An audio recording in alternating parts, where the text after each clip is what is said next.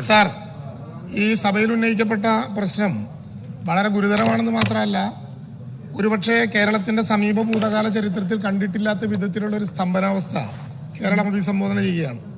Sir ഇവിടെ പറഞ്ഞതുപോലെ പാചകവാതകത്തിന്, പെട്രോളിന്, ഡീസലിന് എല്ലാത്തിനും വില കൂട്ടിയ നടപടി ഉണ്ടാവുകയാണ്. ക്രൂഡ് ഓയിൽ ബാരലിന് വില കൂടുമ്പോൾ ആ വില കൂടുന്നത് കൂട്ടുകയും, എന്നാൽ ബാരലിന് ക്രൂഡ് ഓയിലിന് വില കുറയുമ്പോൾ ആ കുറഞ്ഞത് കുറയ്ക്കാൻ തയ്യാറാകാതിരിക്കുകയും ചെയ്യുന്നൊരു സമീപനമാണ് സാർ അക്ഷരാർത്ഥത്തിലുള്ള പ്രശ്നം. കേരളം ഇതുവരെ കണ്ടിട്ടില്ലാത്ത ഒരു സ്തംഭനാവസ്ഥ. പെട്രോൾ, ഡീസൽ വില കൂടിയത് മാത്രമല്ല, നേരത്തെ പറഞ്ഞതുപോലെ ഗ്യാസ് കിട്ടാതിരിക്കുന്നത്. ജനുവരി മാസത്തിൽ 1691 രൂപയുണ്ടായിരുന്ന ഗ്യാസിന് തിരുവനന്തപുരത്ത് 3152 വരെ വാണിജ്യ ഗ്യാസിന് വർദ്ധിപ്പിച്ചതടക്കം ഗ്യാസ് രംഗത്തുണ്ടായ സ്തംഭനാവസ്ഥയും വിലവർധനവും. സാർ, നേരത്തെ ഇവിടെ പറഞ്ഞതുപോലെ ഇതുമായി ചേർന്നതല്ലെങ്കിലും ടാറിന്റെ വില വല്ലാതെ കൂടിയതനുസരിച്ച് അങ്ങയുടെ ഉൾപ്പെടെ മണ്ഡലങ്ങളിൽ നടന്നുകൊണ്ടിരിക്കുന്ന റോഡിന്റെ പ്രവർത്തനങ്ങൾ വലിയ സ്തംഭനാവസ്ഥയിലേക്ക് ഈ കാലവർഷത്തിന്റെ തുടക്കത്തിൽ പോയത്. അന്യ സംസ്ഥാന തൊഴിലാളികളായിട്ടുള്ള അതിഥി തൊഴിലാളികൾ പോയത്, തിരിച്ചു വരാത്തത്. യഥാർത്ഥത്തിൽ എല്ലാ ഉൽപ്പന്നങ്ങൾക്കും വില കൂടും എന്ന് മാത്രമല്ല, ഹോട്ടലുകൾ ഉൾപ്പെടെ തുറക്കാൻ പറ്റാത്ത വല്ലാത്തൊരു അന്തരീക്ഷത്തിലേക്ക് ഈ കേരളം പോവുകയാണ്. ഈ ഘട്ടത്തിൽ അടിയന്തരമായ ഇടപെടൽ നടത്തണം എന്നാണ് സാർ ഈ പ്രമേയത്തിലൂടെ പ്രതിപക്ഷം ശ്രദ്ധയിൽപ്പെടുത്താൻ ഉദ്ദേശിച്ചത്.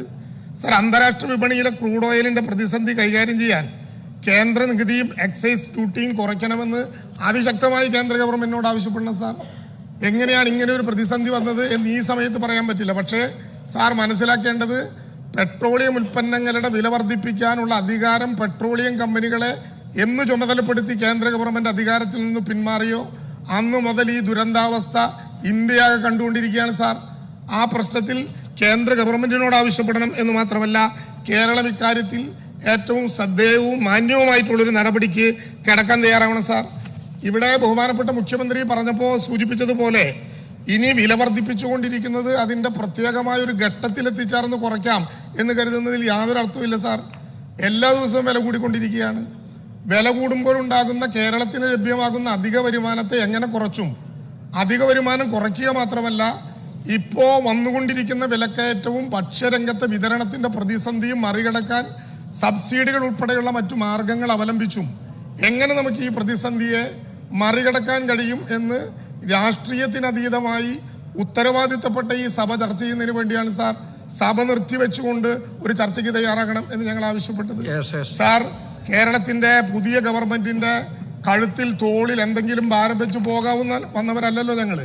ബഹുമാനപ്പെട്ട മുഖ്യമന്ത്രി സിവിൽ സപ്ലൈസിൽ ഞങ്ങൾ 3000 കോടി കൊടുക്കണ്ടേ എന്ന് പറഞ്ഞല്ലോ. സാർ, ഇത് 10 വർഷക്കാലം കൊണ്ടുണ്ടാക്കിയ കടമല്ല സാർ. 2016 ഞങ്ങൾ 500 കോടി രൂപയുടെ കടം കഴിഞ്ഞ ഗവൺമെന്റിൽ നിന്ന് തോളത്ത് ഏറ്റുവാങ്ങിയതാണ് സിവിൽ സപ്ലൈസിൽ. 10 വർഷക്കാലം, ഞാൻ പറഞ്ഞോട്ടെ, 10 വർഷക്കാലം ഈ കേരളത്തിൽ 8 വർഷം തുടർച്ചയായി 14 ഇനങ്ങൾക്ക് വില കൂട്ടാതെ കൊണ്ടുപോയതടക്കം മാർക്കറ്റ് ഇന്റർവെൻഷനിൽ 1400 കോടിയേ ഉള്ളൂ സാർ.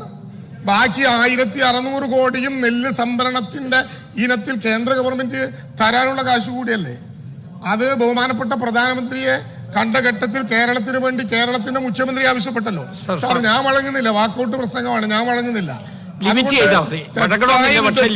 ഈ പ്രചരണം പറഞ്ഞ് അങ്ങനെ തോളത്തിന്റെ കണക്ക് പറഞ്ഞൊഴിയുന്നതിന് പകരം ഈ പ്രതിസന്ധിയിൽ മലയാളി എങ്ങനെ രക്ഷിക്കണം എന്നതല്ലേ സാർ പ്രശ്നം. ഞങ്ങൾ ഒരു മണ്ടത്തരവും അദ്ദേഹത്തെ ഉപദേശിക്കുന്നില്ല, ഈ ഗവൺമെന്റ് ഉപദേശിക്കുന്നില്ല. അങ്ങനെ ഞങ്ങൾ എന്തെങ്കിലും മണ്ടത്തരം ഉപദേശിച്ചാൽ കേൾക്കാൻ പറ്റുന്ന ഒരു ഗവൺമെന്റാണിത് എന്ന് ഞങ്ങൾ ധരിക്കുകയും ചെയ്യുന്നില്ല. ഞങ്ങൾ പറഞ്ഞത് അന്ന് ബഹുമാനപ്പെട്ട പ്രതിപക്ഷ നേതാവ് ഇതേ സീറ്റിലിരുന്നുകൊണ്ട് പറഞ്ഞ അഭിപ്രായ പ്രകടനത്തിൽ പുതുയുഗത്തിലേക്ക് കടക്കുന്ന കേരളത്തിൽ അങ്ങ് പറഞ്ഞ വാഗ്ദാനങ്ങൾ നടപ്പിലാക്കാൻ ഇപ്പോൾ തയ്യാറുണ്ടോ എന്നറിയാൻ സ്വാഭാവികമായിട്ടും കേരളത്തിന്റെ പ്രതിപക്ഷത്തിന് മാത്രമല്ല 3.25 കോടി വരുന്ന മൂക്ക് താഴോട്ട് നീണ്ട മലയാളിക്ക് അവസരവും അവകാശവുമുണ്ട് എന്നതാണ് പ്രശ്നം. സാർ, അതുകൊണ്ട് ഈ പ്രശ്നം സഭ നിർത്തിവെച്ച് ചർച്ച ചെയ്യേണ്ട ഗുരുതരമായൊരു പ്രശ്നമായിരുന്നു.